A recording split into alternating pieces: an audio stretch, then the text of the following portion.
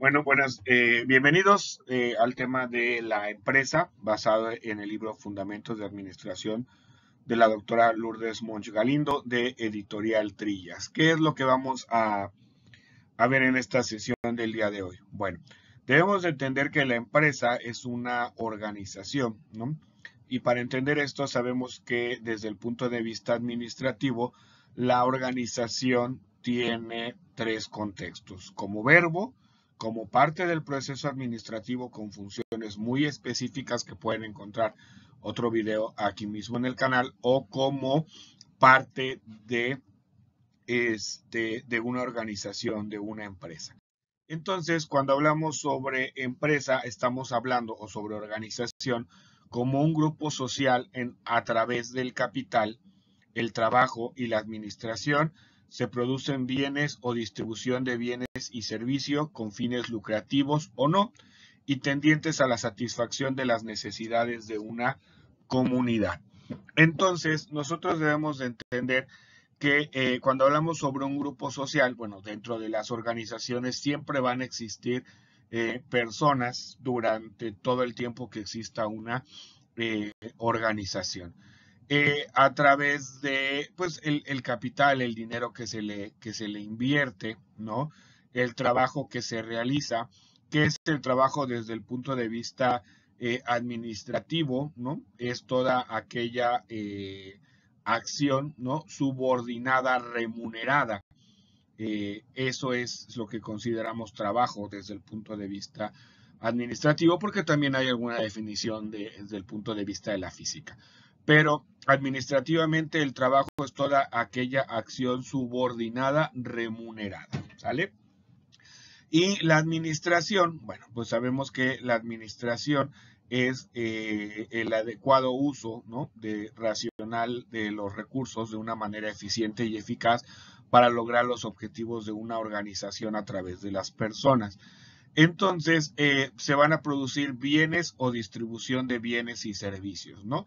Vamos a ver más adelante que existen un sinfín de organizaciones en las cuales nosotros podemos observar, ¿no?, que pues existen empresas que producen, empresas que transforman a través de los sectores primarios, secundarios, terciarios, y también tenemos empresas de servicios. Cada una de estas organizaciones va a tener una característica de acuerdo a la función o al tipo de producto o servicio que vende, porque aunque las clasificamos por servicios, ¿no? No es lo mismo cómo opera una organización de un hotel a cómo opera una organización de un restaurante o de una empresa de organización de eventos, ¿no? Y todas las organizaciones pues las dividimos en dos grandes grupos: con fines de lucro o sin fines de lucro. ¿Qué es un fin de lucro? Cuando la organización requiere, ¿no?, generar utilidades a los socios. Cuando es una organización sin fines de lucros, aquella que tiene una función social, ¿sale? Y el dinero que se genera en esta organización se vuelve a reinvertir. Y bueno, ambas son tendientes a la satisfacción de las necesidades de la comunidad. Entonces, bueno, debemos de conceptualizar que la empresa pertenece a un sistema, ¿no? Y todas las organizaciones van a estar colaborando dentro de un sistema, y un sistema se refiere a un enfoque sistemático. La empresa se considera un todo sinérgico y las partes deben de estar mantenidas por una estabilidad interna, ¿sale? Entonces, ¿qué es un sistema? El sistema es un conjunto de elementos que están interrelacionados, interdependientes, que interactúan entre sí con un objetivo en común, ¿sale? Entonces, debe de ser cómo está funcionando esa organización, qué interrelación, qué interdependencia, ¿no? Por ejemplo, el departamento de ventas siempre va a estar relacionado con el departamento de producción. Entonces, si nosotros producimos de más y se venden menos, pues nos va a causar un conflicto hacia la organización. ¿De acuerdo? Muy bien. Entonces, tenemos lo que son los sistemas, el subsistema y el suprasistema. Y vamos a analizar este ejemplo de una organización que corresponde al acero. En este caso, yo estoy mencionando Tenaris Tamsa, que se encuentra ubicada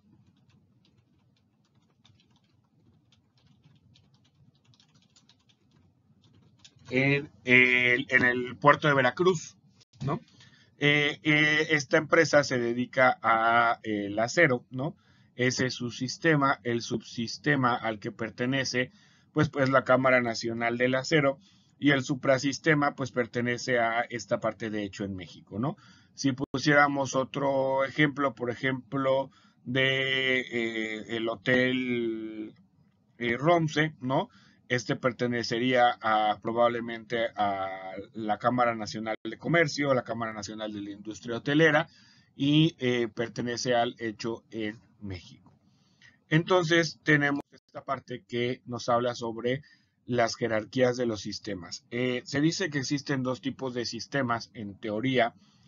En la práctica es prácticamente imposible que exista un sistema cerrado, un sistema que se considere como absolutamente aislados a su medio ambiente, ¿no? Una organización que no necesite de nadie ni de nada, ¿no? En la actualidad, con toda esta parte de la globalización y como diría Alvin Toffler, ¿no? Que ahora existimos o vivimos en una aldea global, pues es prácticamente imposible que pueda haber un sistema cerrado. Entonces, eso nos lleva a lo que es un sistema abierto. Este sistema abierto se relaciona con su medio ambiente circundante. ¿Qué quiere decir esto? Que todas las organizaciones que están a su alrededor, ¿no? Pertenecen a ese medio ambiente de la organización. Entonces, un sistema pues tiene una regulación, ¿no? Es importante que nosotros entendamos cómo se regula ese sistema, ¿no? Tenemos un gerente de ventas que recibe un informe sobre la disminución de las ventas. Tenemos también la mano de obra que constituyen las horas de trabajo directa. En inventarios tenemos, por ejemplo, las tarjetas de control que permiten la regularización y también pudiéramos utilizar una gráfica de Gantt que nos permite detectar si alguna de las actividades está consumiendo más tiempo del establecido.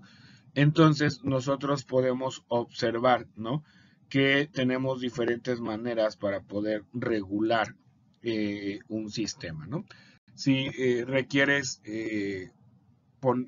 volver a leer, puedes ponerle pausa a la reproducción para poder entender cada una de estas. Entonces, los ciclos de operación de un sistema, ¿no? Tenemos algunos puntos, como es la entrada, el proceso, la salida, el control, la retroalimentación y el medio ambiente, ¿sale? En la entrada dice que es el elemento excitador que al transmitirse da inicio a la operación entrada, proceso, salida. O sea, hay que determinar dentro del sistema en qué momento se considera que se inicia esta parte de la entrada, ¿sale? ¿En qué momento iniciamos? Luego tenemos el proceso de conversión, que es la función esencial por la cual los elementos o recursos de entrada se convierten en los resultados de salida mediante la aplicación operativa de los recursos. Por ejemplo, nosotros vamos a transformar un producto, ¿no? Entonces, el proceso de salida es como termina el resultado obtenido de la conversión de los recursos de entrada. Entonces, y constituye el objetivo del sistema. Por ejemplo, nosotros vamos a construir un automóvil.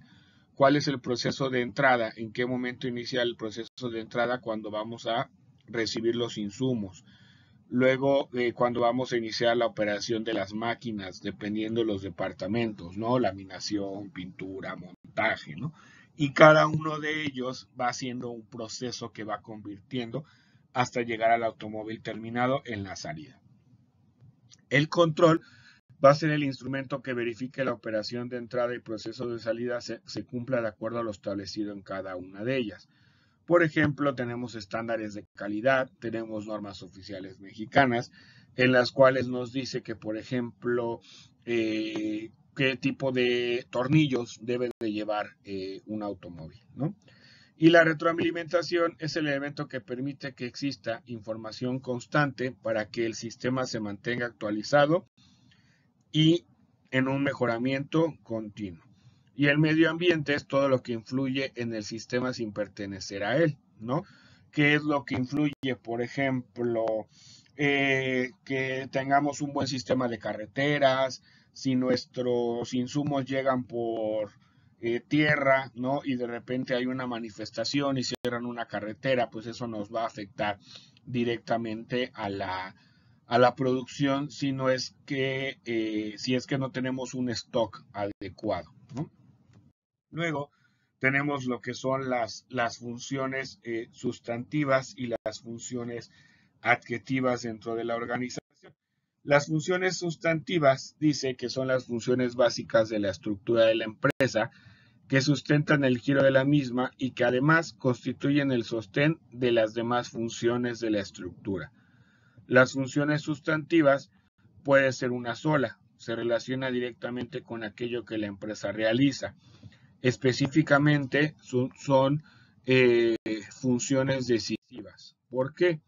La empresa no puede tener un éxito global sin un buen desempeño. Eso es una realidad en la actualidad, ¿no? Si la empresa no es una organización que sea competitiva, no vamos a tener éxito dentro del mercado, ¿sale? ¿Por qué? Porque este desempeño mediocre va a determinar el fracaso global. Entonces, nos ayudan también a determinar al menos parcialmente el giro de la empresa, esas funciones sustantivas, qué es lo que hace la empresa, nos dan la razón de ser de la empresa y en la práctica son las que requieren más atención, ¿no? ¿Cuáles son las funciones que se tienen que realizar para que la empresa funcione, para que la empresa tenga éxito? Tenemos además las funciones adjetivas, son las demás funciones de la estructura de la empresa que sirven para dar apoyo y permanencia a las funciones sustantivas, además de ayudar a los compromisos de las últimas. Entonces, las funciones sustantivas son las que están directamente relacionadas con la razón de ser de la empresa. Por ejemplo, nosotros nos dedicamos a producir verduras congeladas. Ok. Todo lo que tiene que ver con la producción de verduras congeladas son funciones sustantivas. El departamento de recursos humanos, compras, logística, ventas, son funciones adjetivas, ¿no? O sea, son funciones que nos permiten a la estructura poder que funcione, ¿no? Nos ayuden a cumplir los compromisos, nos ayuden a tener el material, nos ayuden a tener el equipo. Si tienes alguna duda, puedes comunicarte por mensaje, ¿de acuerdo?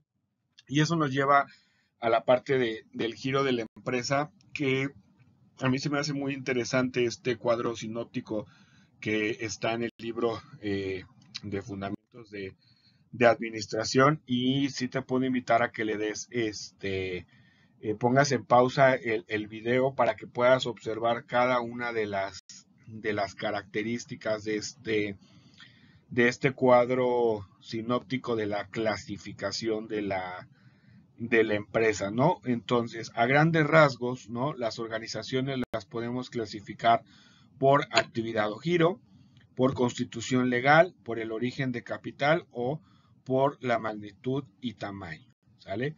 Por la actividad o giro, ¿no? Tenemos industriales, comerciales y de servicio.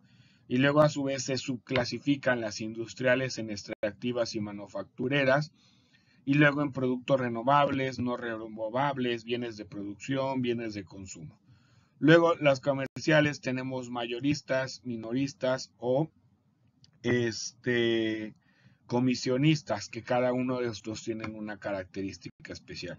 Y de servicio pues tenemos transporte, turismo, servicios públicos, instituciones financieras, educación, salud, consultoría, fianzas y seguros, ¿no? Y luego dentro de servicios públicos, pues tenemos de comunicación, de energía, de agua, ¿no? Dentro de servicios de consultoría, pues tenemos asesoría y administración, promoción de ventas, publicidad, entre otras, ¿no? Luego, de acuerdo a las constituciones legales tienen que ver cómo está constituida la empresa, ¿no? Entonces tenemos sociedad anónima, sociedad cooperativa, sociedad de responsabilidad limitada, de nombre colectivo, y por ejemplo, la constitución de la legal puede o va vinculada, por ejemplo, con el giro, dependiendo cómo queramos observar esa clasificación. Pero, por ejemplo, una sociedad anónima puede ser una empresa de servicio, ¿no? Que se dedique al turismo, ¿de acuerdo? El origen del capital, cómo es que tiene el dinero para la operación de la organización. Entonces, son privadas o públicas. Y la magnitud o tamaño, pues sabemos que tenemos micro, pequeña, mediana y empresa grande. Y luego de ahí tenemos subclasificaciones que son el criterio nacional, las ventas, finanzas, producción, el personal y luego si la producción es artesanal, ¿no? Si es de mano de obra especializada, si es automatizada. Entonces, si observamos cada una de estas actividades, pues podemos ver toda esa clasificación que pudiéramos llegar a encontrar.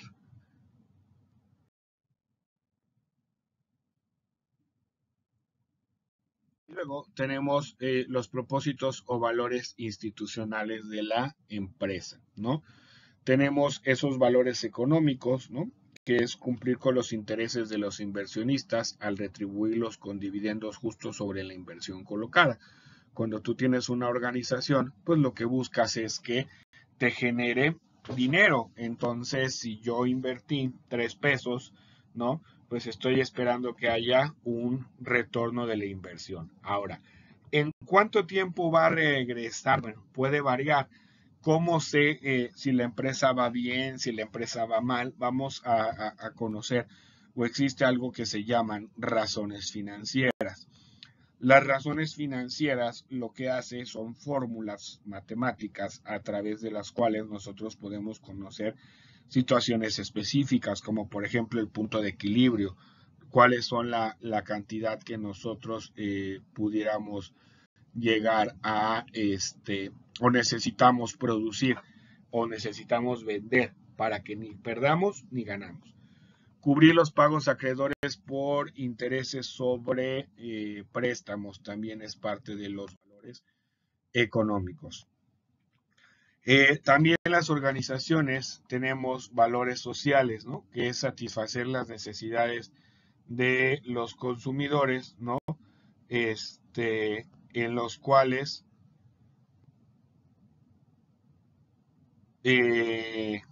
nosotros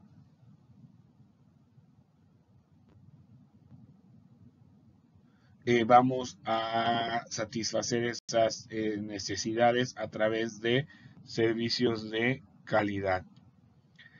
Incrementar el bienestar económico de la región al consumir bienes o servicios mediante pues las cargas tributarias, ¿no? Entonces es también importante cumplir con nuestras obligaciones fiscales.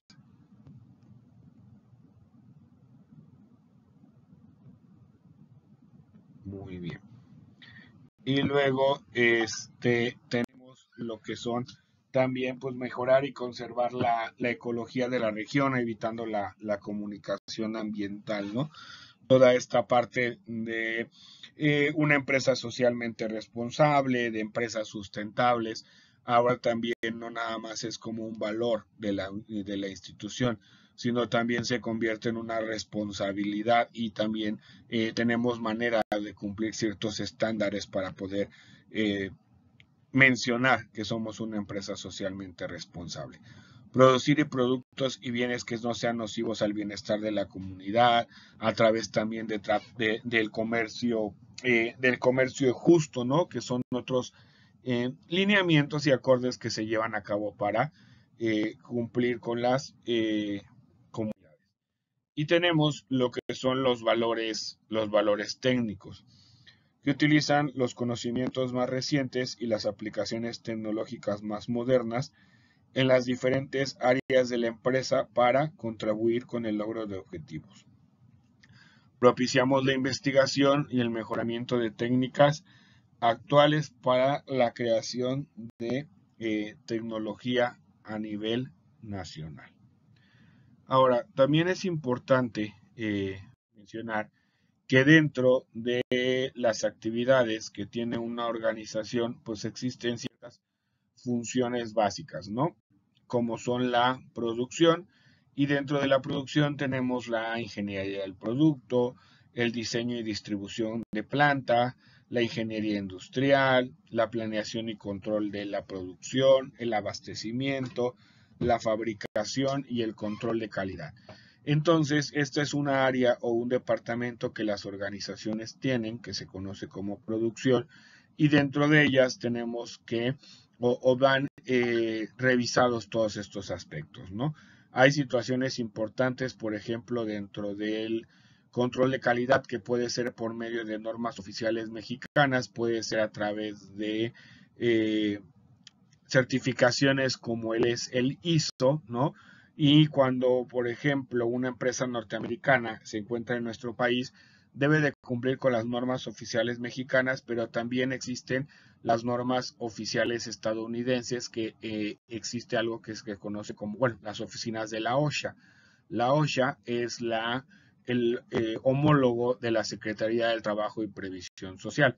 Entonces, al ser una empresa transnacional con una sede en Estados Unidos, tiene que asegurarse que sus productos cumplan los lineamientos de las normas oficiales mexicanas y los lineamientos de la OSHA, que generalmente no están peleados unos con otros, sino al contrario, ¿no? Se fortalecen o robustecen, y el beneficiario siempre va a ser el cliente, o el beneficiado en este caso siempre va a ser el cliente, porque va a ser un producto con una mejor calidad. También tenemos lo que es el departamento de mercadotecnia, el cual tiene muchísimas vertientes dentro de la mercadotecnia. A veces creemos que mercadotecnia es igual a vender, sin embargo no es así, ¿no? La mercadotecnia es toda una filosofía que se debe de llevar dentro de la organización. Tenemos lo que es la investigación de mercados para conocer qué es lo que el cliente sí, qué se vende en un mercado, qué se puede vender, qué no se puede vender, qué se debería de vender, qué hace falta de venderse. La planeación y desarrollo del producto siempre va a tener muy importante el empaque y la marca, porque es la presentación, la manera en que el cliente va a ver nuestro producto, lo que lo va a llamar la atención. Y aparte de eso, tiene que ser un empaque que, por ejemplo, resista el viaje, resista la distribución, se vea bien, ¿no? Nuestra marca, pues es lo que nos hace que el cliente, si le gusta nuestro producto, nos vuelva a buscar. Tenemos también lo que se conoce como precio, ¿no? El precio, pues se puede determinar de varias maneras: la distribución y la logística, las ventas y la comunicación. Y la comunicación también es muy importante, porque a través de ella tenemos lo que es la promoción de ventas, ¿no? Cómo damos a conocer nuestro producto, la publicidad. La diferencia entre promoción y publicidad es que la publicidad es pagada, ¿sale? Y la promoción es dar a conocer nuestro producto, no sé, por ejemplo, en alguna feria, a través de muestras, a través de cupones. Eso es una promoción.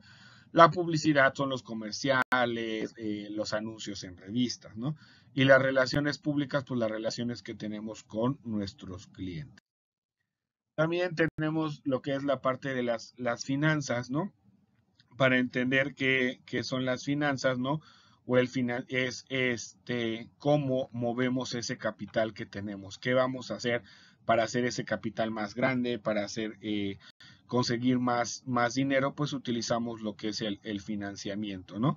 Y dentro del financiamiento, pues debe de existir una planeación financiera, debe de haber buenas relaciones financieras, la tesorería, la obtención de recursos y las inversiones. Y todas estas finanzas, pues, llevan a través de una contraloría. La contraloría se encarga de controlar qué es lo que se está haciendo con esos recursos, con ese capital y cómo lo controlamos, pues a través de la contabilidad general, la contabilidad de costos, unos buenos presupuestos, la auditoría interna, estadísticas, crédito y cobranza y los impuestos. Entonces, ya que tenemos el dinero, cómo lo aumentamos, cómo lo manejamos, cómo lo vamos a mover.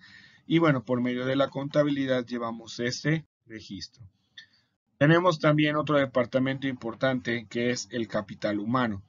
El capital humano, ¿no? O también conocido generalmente como recursos humanos, son todas las acciones que nosotros vamos a realizar que tienen que ver con el personal dentro de la organización. La planeación de recursos humanos, cuántos colaboradores necesito, cuánto tiempo van a estar trabajando en contratación y empleo, la capacitación y el desarrollo.